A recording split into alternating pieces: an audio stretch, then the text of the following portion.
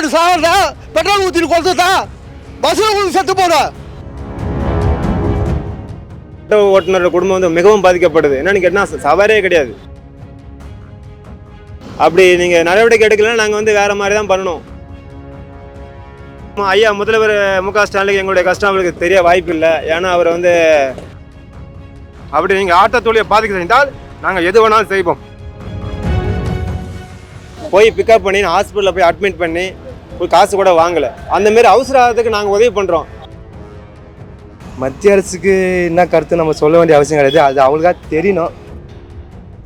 ஆனால் அந்த 10,000 ரூபா ஃபைன் போடுற மூஞ்சிங்க, ஒரு கேன் வாட்டர் வாங்கினா 20 ரூபாய்னு சொல்லி டீ கடையாக போய் தண்ணியை குடிச்சிக்கின்னு ஒரு ரூபா பார்த்து பட்டினே. அண்ணே வணக்கண்ணே. ஆக்சுவலாக இன்றைக்கி வந்து மத்திய அரசு வந்து இன்றைக்கி ஒரு என்ன ஜீவோ பாஸ் பண்ணியிருக்காங்கன்னா, ரேப்பிடோ இதுக்கு வந்து அப்ரூவல் கொடுத்துட்டாங்க அப்படிங்கிற மாதிரி வந்து ஒரு ஜீவோ பாஸ் பண்ணியிருக்காங்க. இதை பற்றி உங்களோட கருத்துக்கள் என்ன? இதனால் உங்களுக்கு எப்படிப்பட்ட பின்னடைவு இருக்குது? சார் அவங்க வந்து இப்போ பப்ளிக் வந்து எல்லாருமே பப்ளிக் சர்வீஸ் பண்ணால் அதனால் 2 வீலர் ஓட்டலாம் அப்படின்னு மத்திய கவர்மெண்ட் சொல்லியிருக்கு. நாங்களும் பப்ளிக் சர்வீஸ் தான் பண்ணுறோம். அப்போ நாங்களும் வருஷத்துக்கு ஒரு வாட்டி இன்சூரன்ஸு, எஃப்சி இதெல்லாம் பண்ணாமல் நாங்களும் அவங்கள மாதிரி ஓட்டிக்கிட்டு இருந்தால் எங்களுக்கு எந்த பிரச்சனையும் இல்லை சார். இப்போ 2 வீலர் ஓட்டுறாங்க, அவங்களும் ஒரு வருஷத்துக்கு ஒரு வாட்டி ரோட் டேக்ஸி, இன்சூரன்ஸு, எஃப்சி இந்த மாதிரி எல்லாம் பண்ணி ஓட்டுறா இருந்தால் ஓட்டுட்டு எங்களுக்கு ஒன்றும் பிரச்சனை இல்லை. ஏன்னா நாங்கள் எல்லாமே வருஷத்துக்கு ஒரு வாட்டி இன்சூரன்ஸு, எஃப்சி, ரோட் டேக்ஸி எல்லாம் போய் பண்ணுறோம்.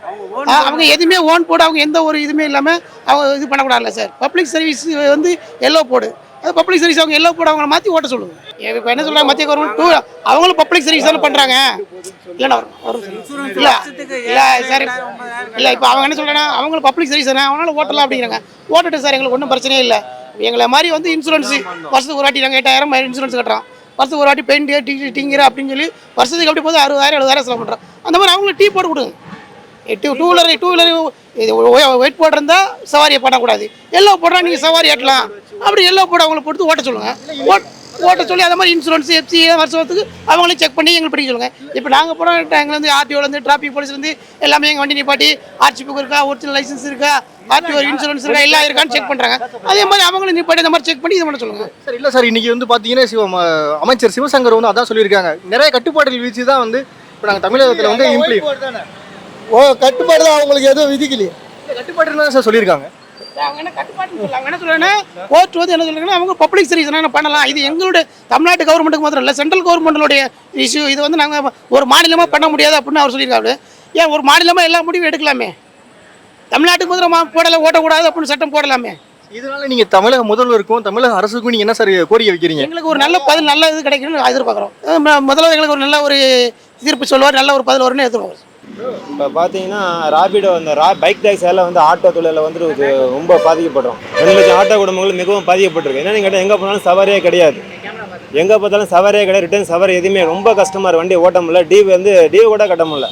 அந்த இன்சூரன்ஸு, எஃப்சி எல்லாமே கட்டி இப்போ பயணிகளுக்கு இன்சூரன்ஸு எல்லாமே கொடுத்து எங்களுக்கு வந்து நாங்கள் ஓட்டிக்கிட்டு இருக்கோம், ஆட்டோ ஓட்டிருக்கோம். ஆனால் எதுவுமே இல்லாமல் ஒரு அன்சேஃபாக ஒரு பைக் டாக்ஸி அனுமதி கொடுத்தது வந்து எப்படின்னு தெரியல. ஆனால் மாநில அரசு கொடுத்தேன்னு சொல்கிறாங்க, மாநில அரசு எப்படி கொடுத்தேன்னு தெரியல. சப்போஸ் மாநில அரசு கொடுத்தா கூட நம்ம இல்லை மத்திய அரசு அனுமதி கொடுத்தா கூட மாநில அரசு நம்ம மத்திய சங்கர் நம்ம போக்குவரத்து அமைச்சர் அண்ணன் இருக்கார் பார்த்தீங்களா, சிவசங்கர் ஐயா இருக்கார்ல, அவர் சரியான தீர்ப்பை வந்து அளிச்சிருக்கலாம். அவர் வந்து ஓட்டலாம்னு சொல்லியிருக்காரு. இப்போ தான் பார்த்து ஒரு 5 நிமிஷம் கூட இல்லை. ரொம்ப மனசு நேற்று வந்து ஆட்டோ ஓட்டுநர்கள்லாம் போராட்டம் நடத்தி போக்குவரத்து ஆணையரை வந்து ஒரு கொடுத்துருக்காரு, பைக் டாக்ஸி ஓட்டக்கூடாது, நடவடிக்கை எடுக்கப்படும் அப்படின்லாம் சொல்லியிருக்காங்க.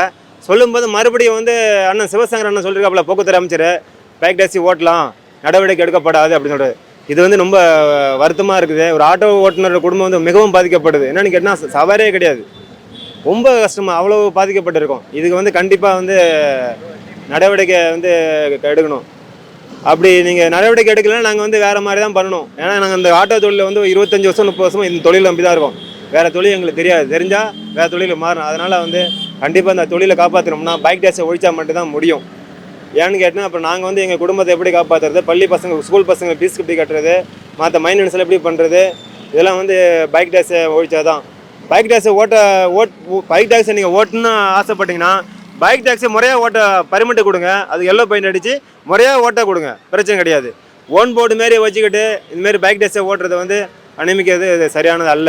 இதன் மூலமாக நீங்கள் வந்து தமிழக அரசுக்கு மற்றும் தமிழக முதல்வருக்கும் நீங்கள் என்ன கோரிக்கை வைக்கிறீங்க? ஐயா முதல்வர் மு.க. ஸ்டாலினுக்கு எங்களுடைய கஷ்டம் அவருக்கு தெரிய வாய்ப்பு இல்லை. ஏன்னா அவர் வந்து ரூமுக்குள்ளேயே இருக்கிறாரு. எங்கள் வெளிப்படை எங்கள் அடிப்படை தொழிலாளர் கஷ்டம் கண்டிப்பாக தெரிய வாய்ப்பு இல்லை.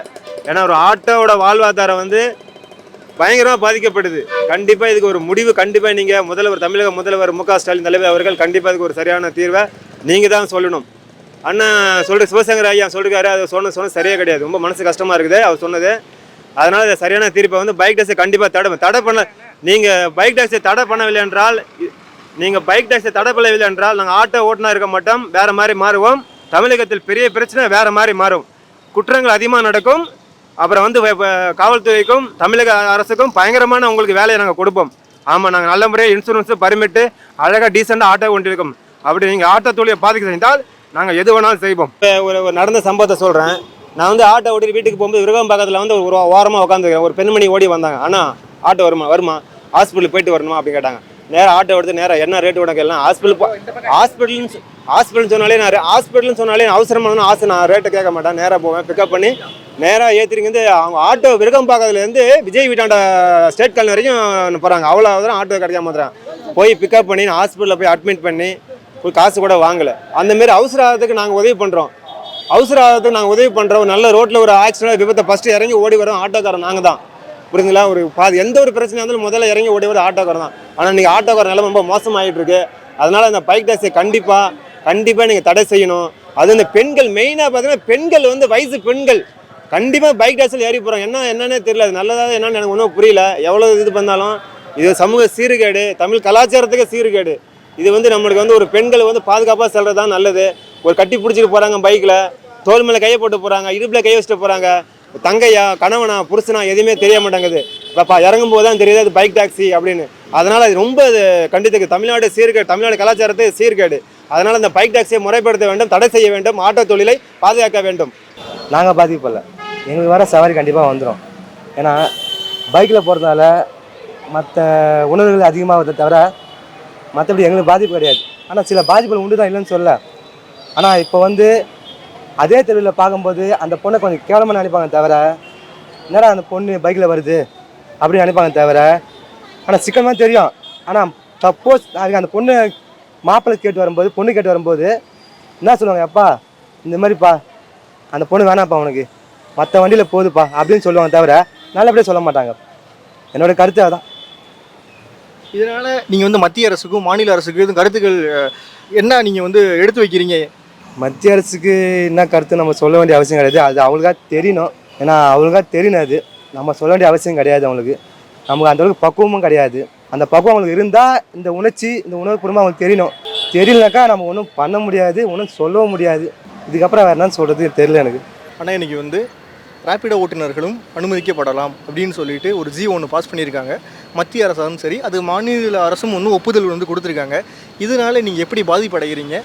இதனால் நீங்கள் வந்து தமிழக முதல்வருக்கும் தமிழக அரசுக்கும் நீங்கள் என்ன சொல்ல வரீங்க? இதுக்கப்புறம் எதுவும் போராட்டங்கள் நடத்துவீங்களா? 1991 நான் ஆட்டோ ஓட்டுறேன். எனக்கு வேறு வேலை எதுவுமே தெரியாது. விவசாயம் பண்ண தெரியும். என் ஊர் வந்து சொந்த ஊர் தருமபுரி. தருமபுரியில் வந்து தண்ணி வசதி இல்லை. அதனால் மானம் பார்த்த வெள்ளாமல் தான் அங்கே சரியாக மழை பெய்யறதில்ல. அதனால் வந்து 1991 நான் ஆட்டோ ஓட்டுறேன் சார். இன்சூரன்ஸ் கட்டுறேன், எஃப்சி பண்ணுறேன், எல்லாம் பண்ணுறேன். புகை டெஸ்ட்டு 100 ரூபா. புகை டெஸ்ட்டு ஆட்டோவுக்கு 100 ரூபா, காருக்கு 200 ரூபா. ஆனால் புகை டெஸ்ட் இல்லைன்னா 10,000 ரூபா ஃபைனுன்றீங்க.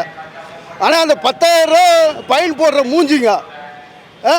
டூ வீலருங்க வந்து டீ போர்டு தரலாம், இல்லை டீ போர்டு தரலாமா இல்லையா? ஓன் போர்டு அவன் எப்படி ராய்புட்டா ஓட்டலாம்? எந்த கோர்ட்டு அனுமதி கொடுத்தது? எந்த முதலமைச்சர் அனுமதி கொடுத்தது? எந்த கோர்ட் அனுமதி கொடுத்தது? எப்படி அவங்க ஓட்டலாம்? அதாவது வந்து எனக்கு ஃபேமிலியெல்லாம் வந்து தருமபுரியில் இருக்குது. ஆனால் சிங்கிள் மேல் வீட்டு வாடகை எவ்வளோ தெரியுமா? எனக்கு 2,000 ரூபா. அந்த 2,000 ரூபா வீட்டு வாடகை கட்ட முடியல சத்தியமாக. ஒரு நாள் ஃபுல்லாகவே ஒரு ஆட்டோ வச்சுக்கின்னு பட்டினி வைக்கிறேன். 2014 டிவியில் ஒரே ஒரு ஆட்டோ வச்சுக்கிறேன். ஒரு ஆட்டோ வச்சுக்கின்னு 3 வேளை சாப்பிட முடியல. நான் சத்தியமாக சொல்கிறேன், 3 வேளை சாப்பிட முடியாது. ஒரு நாள் பொழுதுக்கும் பச்சை தண்ணி குடிச்சிருக்கிறேன் சார். பச்சை தண்ணி டீ கட்டாதும் ஒரு கேன் வாட்டர் வாங்கினா 20 ரூபாய்னு சொல்லி டீ கடையாக போய் தண்ணியை குடிச்சிக்கின்னு ஒரு ரூபா பற்றி பட்டினேக்கிறேன். ஆனால் வந்து கடன் வாங்கலாம், கடன் கொடுத்தா கடன் கேட்டால் நீ ஒரு 500 ரூபாய் தருவ. வாழ்வாதாரமே இல்லை. 500 ரூபாய் வாங்கி சாப்பிட்டுட்டு அந்த 500 ரூபாய் எப்படி தர்றது? நாளைக்கு வந்து நீ கேட்ப, ஓ எங்கேயா 500 ரூபாய் வாங்கின தரலையே அப்படின்னு. எனக்கு வந்து மானனா பெருசு. இந்த சூழ்நிலை இருக்கிறேன் சார். ஆனால் நான் இருக்கிறது பேச்சலரு. எனக்கு அந்த பாதிப்புனா அடுத்த ஆட்டோ டிரைவர் ஃபேமிலியோட இருக்கிறாங்க. 5000 ரூபாய் வாடகை, 10,000 ரூபாய் வாடகை, ஸ்கூலில் படிக்க வச்சுக்கின்னு டிவி கட்டிக்கின்னு தூங்கிதான் பால் வேணும், பசங்க கேட்கும், ஸ்கூல் ஃபீஸ் கட்டணும், வீட்டோட கட்டணும், அரிசி பருப்பு வாங்கணும், மளிகை சாமானம் வாங்கணும். இதெல்லாம் வந்து அந்த ஆட்டோ டிரைவர் எப்படி பொழைக்க முடியும் மெட்ராஸில்? இதை நம்பி ஆட்டோ நம்பி தான் நாங்கள் இருக்கிறோங்க. இன்றைக்கி வந்து 2 வீலரு எங்கே பார்த்தாலும் 2 வீலரு நல்லா இருக்கிறாங்க, நீட்டாக இருக்கிறாங்க சார். அவங்க 2 வீலருக்கு வந்து ஒரு பேண்ட்டு சட்டை 6000 ரூபாய் 5000 ரூபாய் இருக்கும். அவன் ஓட்டுறான் 2 வீலரு ராய்பிட்டா. என்ன நிலைமை இது? யாருக்கிட்ட போய் நாங்கள் முறையிடுறது சொல்லுங்கள். நாங்களும் மறியெல்லாம் பண்ணி பார்த்துங்க, எல்லாம் பண்ணி பார்த்துங்க. அதாவது வந்து இப்போ என்ன சொல்கிறார் போக்குவரத்து அமைச்சர், இன்சூரன்ஸ் இருந்தால் எல்லாம் ரூல்ஸ் பிரகாரம் ஃபாலோ பண்ணலான்றாரு. எந்த விதத்தில் ஃபாலோ பண்ணுறது இது? போக்குவரத்து அமைச்சர் சொல்கிறாரு. அப்போது நாங்கள் இன்சூரன்ஸ் கட்டி எஃப்சி பண்ணி எல்லாம் பண்ணுறங்களே, ஒரு பாக்கெட் லிஸ்ட் கூட 100 ரூபாய் கொடுத்து எடுக்கிறங்களே. பாக்கெட் லிஸ்ட் இல்லைன்னா எஃப்சி பண்ணுறதில்ல. எல்லாம் வந்து கரெக்டாக கேட்குறீங்களா இல்லையா? அந்த மாதிரி எங்களுக்கு ஒரு இது சொல்லுங்கள், வாழ்வாதாரம். நாங்கள் என்ன பண்ணுறது? வாழ்வாதாரம் இல்லை சொல்லு. ஏன் திருடுறான், ஏன் கொள்ளடிக்கிறான், ஏன் இந்த மாதிரி இருந்தால் என்ன பண்ணுறது? தூக்கு போட்டு சாகிறதா, பெட்ரோல் ஊற்றிட்டு கொளுத்துதா, பஸ்ஸில் ஊற்றி செத்து போட. என்னால் என்ன 10 பேர் நல்லா இருக்கட்டும், நான் சாகிறது ரெடி, சத்தியமாக நான் சாகிறது ரெடி. பெட்ரோல் ஊற்றி நான் கொளுத்தி சாகிறேன், நான் சாகிறேன். என்னால் 10 பேர் நல்லா இருக்கட்டும், 10 ஆட்டோ நல்லா இருக்கட்டும், நான் சாகிறேன், சத்தியமாக சாகிறேன். என்னால் முடியல. ஒரு மனிதன் பட்டினிக்கிறதுனால டீகளில் போய் தண்ணியை கொடுத்துட்டு சத்தியமாக சொல்கிறேன், தொழில் மேலே சத்தியமாக இதுதான் உண்மை.